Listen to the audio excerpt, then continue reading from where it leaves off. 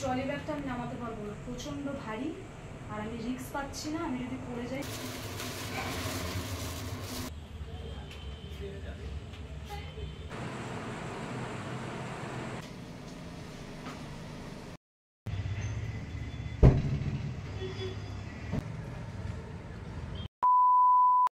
নমস্কার সবাইকে, ওয়ান্ডার মহুয়ার নতুন একটি ভিডিওতে সকলকে স্বাগত। আজকে মঙ্গলবার আর এখন সকাল 11:30। আর আজকে সকাল 11:30টার সময় কিন্তু আমি আমার মর্নিং টি যেটাকে বলে সকালের চাটা আমি বানিয়েছি। আর চা আর ব্রেকফাস্ট দুটো আমি একসাথেই আজকে করছি। বেশ কয়েকদিন হলো মঙ্গলবারে সকালের পুজোটা করে নিয়ে তারপরেই আমি কিছু খাই। আর এখন যেহেতু শীতের শুরু, সকালে 1 কাপ চা না হলে কিন্তু হবেই না। ডোডো সকালে স্কুল যায় বলে ব্রেকফাস্টটা তো আমার সকাল 7টায় রেডি করা হয়ে যায়। আর আজকের ব্রেকফাস্টে আমি বানিয়েছি সাবুর পোলাও।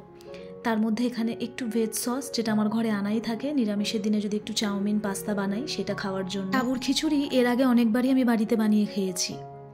রিসেন্ট আমি সাবু দিয়ে পরোটাও বানিয়েছিলাম, কিন্তু এইভাবে ঝরঝরে সাবুর পোলাও আমি আগে কখনোই খাইনি। এই নিয়ে আমি বাড়িতে দুবার বানালাম। প্রথমবার যখন ডোডো বাড়িতে খেয়েছিল তখন বলেছিল ওকে যেন একদিন স্কুলের টিফিনে বানিয়ে দিই।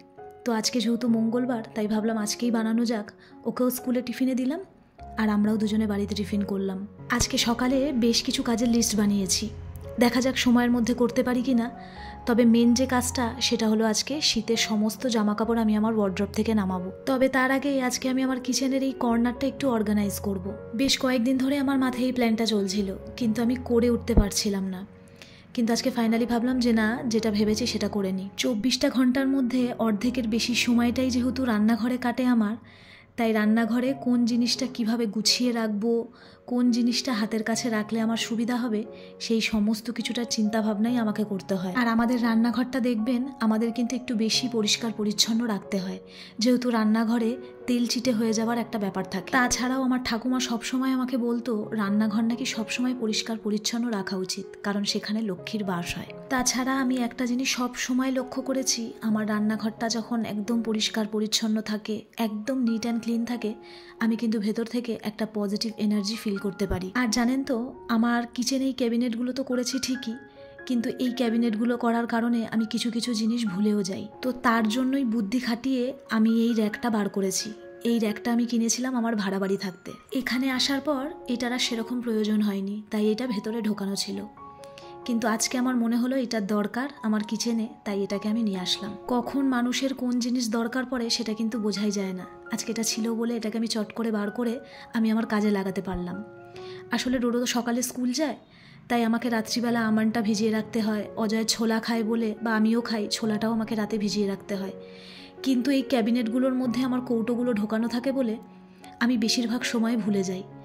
তাই ভাবলাম যদি হাতের কাছে থাকে বা চোখের সামনে থাকে তাহলে এই ভুলটা কিন্তু আমার আর হবে না।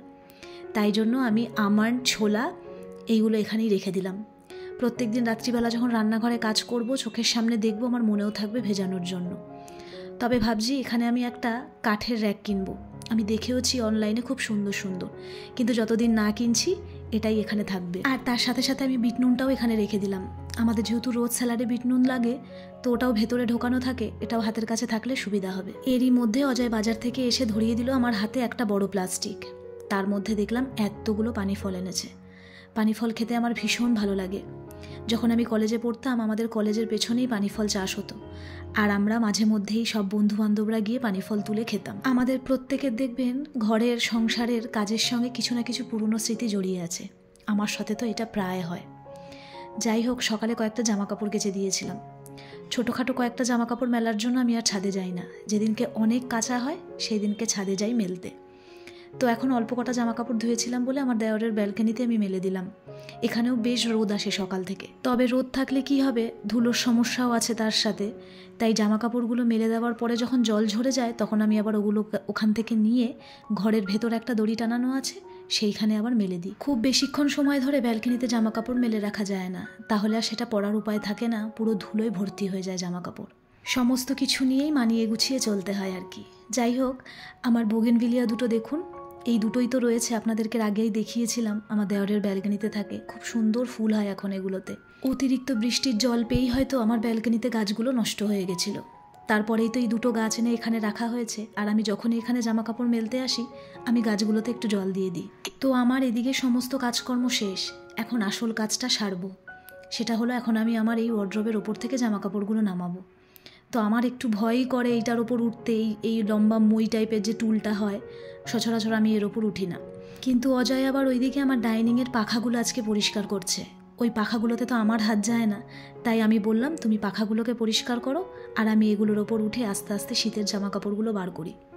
শীতের জামা কাপড়গুলো এই ওপর থেকে বার করে এখন যে যার আলমারিতে জামা কাপড়ের জায়গায় গুছিয়ে রেখে দেবো। প্রত্যেক দিন তো এত উঁচুতে উঠে একটা দুটো করে জামা কাপড় বার করা সম্ভব নয়, তাই সমস্ত জামা কাপড়গুলো আমি আজকে বার করে নিচ্ছি।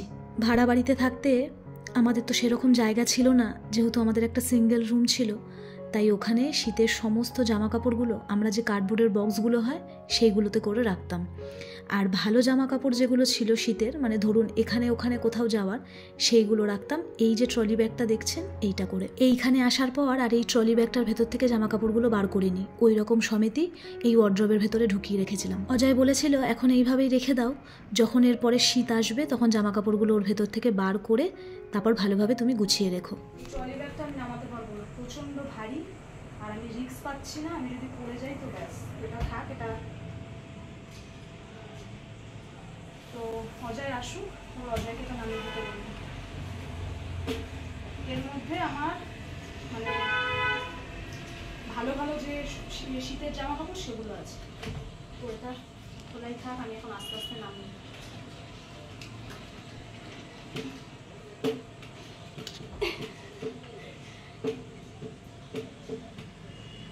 এটা না একদম সমান না।